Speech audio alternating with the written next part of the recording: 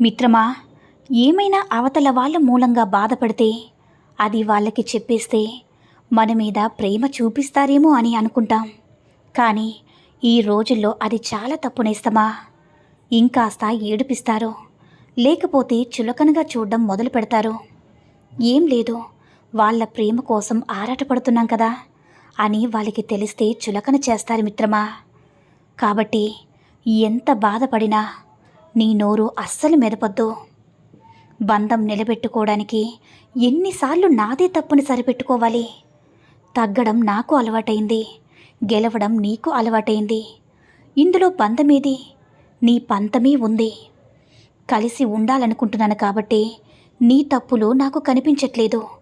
నువ్వు విడిపోవాలని అనుకుంటున్నావు కాబట్టి నా తప్పులు మాత్రమే కనిపిస్తున్నాయి. ఒకరినొకరు తెలుసుకోవాలి.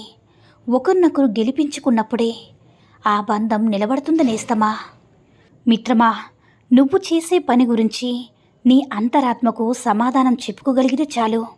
అందరికీ నచ్చేటట్టు చెయ్యాలంటే దానికి నీ జీవితం సరిపోదని తెలుసుకోనేస్తమా. నోటికి ఏది వస్తే అది మాట్లాడే వాళ్ళతో దూరంగా ఉండడమే మంచిది. ఎందుకంటే అటువంటి వారు ఎన్నేళ్ల బంధమైనా ఒక్క మాటతో తుంచివేయగలరు. ఆనందమనేది నువ్వు పొందే అనుభూతిని బట్టి ఉంటుంది నేస్తమా. నీ వెనకున్న ఆస్తిపాస్తులతో కాదు. విజయం గొప్పది కాదు, సాధించిన వ్యక్తి గొప్ప. బాధపడ్డం గొప్ప కాదు, బాధను తట్టుకోవడం గొప్ప. బంధుత్వాలు గొప్ప కాదు నేస్తమా, వాటిని నిలబెట్టేవాడే గొప్ప. అవునా మిత్రమా, డబ్బనేది మనిషికి పెద్ద శత్రువు. తాడు లేకుండానే ఉరివేస్తుంది, విషం లేకుండానే చంపుతుంది నేస్తమా. ప్రకృతిని, పడతని ప్రశాంతంగా ఉండనివ్వు. ప్రకృతిని ప్రశ్నించి ప్రళయాన్ని తెచ్చుకోవడం, పడతని హింసించి పాపాన్ని మూటకట్టుకోవడం లోకానికి అంత మంచిది కాదని తెలుసుకోనేస్తమా. ఒక్క విషయాన్ని గుర్తించుకో మిత్రమా, కట్న కానుకలు తెచ్చే భార్యను కోరుకోవడం కంటే ఎన్ని కష్టాలు వచ్చినా కడదాకా తోడుండే భార్యను కోరుకో. అప్పుడే భార్యాభర్తల బంధం విలువగా బలంగా ఉంటుంది నేస్తమా. ఇష్టం, ఈర్ష్య రెండూ మన మనసులకు తెలిసిన భావాలే. అదేమిటో, ఒక మనిషిని ఇష్టంగా చూస్తే అతను చేసే చెడు కూడా మంచిగానే కనిపిస్తుంది. మరేంటో, ఈర్ష్య ఉన్న మనిషిని చూస్తే ప్రతి పని మనకి చెడుగానే కనిపిస్తుంది. ఏదైనా మనం చూసే దాంట్లోనే ఉంది, కష్టమైనా ఇష్టమైనా. మిత్రమా, మనసుకు మించిన సమాధి మరొకటి ఉండదనుకుంటా.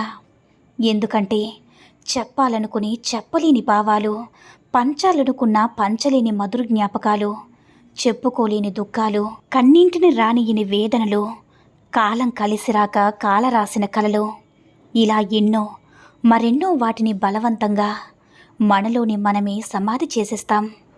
కాదంటారా? గడిచిన కాలం బాగుంటుంది, ఎందుకంటే తిరిగిరాదు కాబట్టి. రాబోయే కాలం అందంగా ఉంటుంది, ఎందుకంటే మనకి నచ్చినట్టుగా ఊహించుకుంటాం కాబట్టి. ప్రస్తుత కాలం మాత్రం కష్టంగా ఉంటుందని ఇస్తమా, ఎందుకంటే మనం అది అనుభవిస్తున్నాం కాబట్టి. మిత్రమా, బంధాన్ని కాపాడుకోవడానికి తలవంచాల్సి వస్తే వంచే తప్పు లేదు.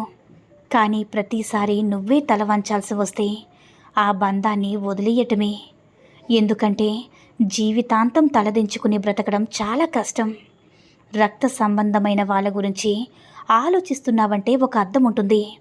కానీ ఏ సంబంధం లేని వాళ్ళ గురించి ఆలోచిస్తున్నామంటే వారిపై దాచుకోలేనంత ప్రేమైనా ఉండాలి, లేదా వాళ్ళు ఎక్కడ దూరం అయిపోతారని బాధైనా ఉండాలి. అవునా నేస్తమా? ఒక్క విషయం గుర్తించుకునేస్తమా, ఒక చిన్న మొక్కను చెట్టుగా మార్చడానికి ఎంతో కష్టపడాలి. అలాంటిది మూరడంతా ఉన్న పసికందును చెట్టంతా మనిషిగా ఎదిగే వరకు పెంచడం అంత తేలిక. వారిని ప్రేమగా చూసుకోవడం, పద్ధతిగా పెంచడం, బాధ్యతగా చదివించడం, ఇవే పిల్లలు కన్నవారి నుంచి కోరవలసినది. అంతకు మించి ఏం సంపాదించారో, ఎందుకు సంపాదించలేదని అడిగే హక్కు ఎవ్వరికీ లేదు. అమ్మా నాన్నల దగ్గర ఏం ఆస్తులు ఉన్నాయని చూడక మిత్రమా, అమ్మా నాన్న ఉండడమే పెద్ద ఆస్తిగా భావించు. ఒక పక్షి చెట్టు మీద కూర్చుని ఒక తేనెటీగను గమనిస్తుందట. తేనెను సమకూర్చడం కోసం అది పడుతున్న కష్టం చూసి దాన్ని అడిగిందట. తేనెటీగ, నువ్వు ఎంతో కష్టపడి పువ్వు చేరి సంపాదించిన తేనెను మనిషి తీసుకువెళ్ళిపోతాడు కదా, నీకు బాధగా లేదా అని.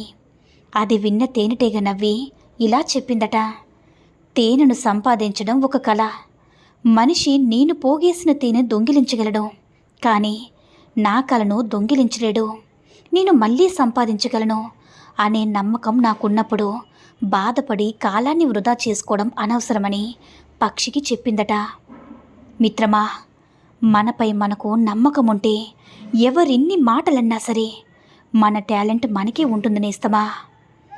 దేని వలన మీరు సంపాదించారో దానికి సంబంధించిన పాపము కానీ పుణ్యము కానీ నీ ఒక్క జీవుడు ఖాతాలోనే పడతాయి.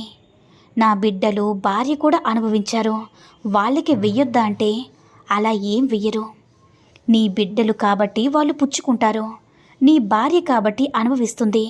అంతేకాదు, నీ పాపం ఒక్కొక్కసారి ఏమవుతుందంటే చాలా విశేషమైనటువంటి పాపం చేసుకుందామే అనుకుందాం, ఫలితం ఏ రూపంలో వస్తుందంటే మహాపాతక స్వరూపానికి ఫలితం అనుభవించవలసి వస్తే తన కన్నుల ముందు తన వారు ఉన్న వారందరూ కూడా వెళ్ళిపోతారు. వెళ్ళిపోయి తనొక్కడే మిగిలి తను చాలా దారుణమైనటువంటి స్థితిలో అతను కూడా వెళ్ళిపోవలసి ఉంటుంది. కాబట్టి మిత్రమా, బ్రతుకున్నన్నాళ్ళు ఎవరిని కూడా బాధ పెట్టద్దు, ఎవరి దగ్గర కూడా అన్యాయంగా దోచుకోవద్దు.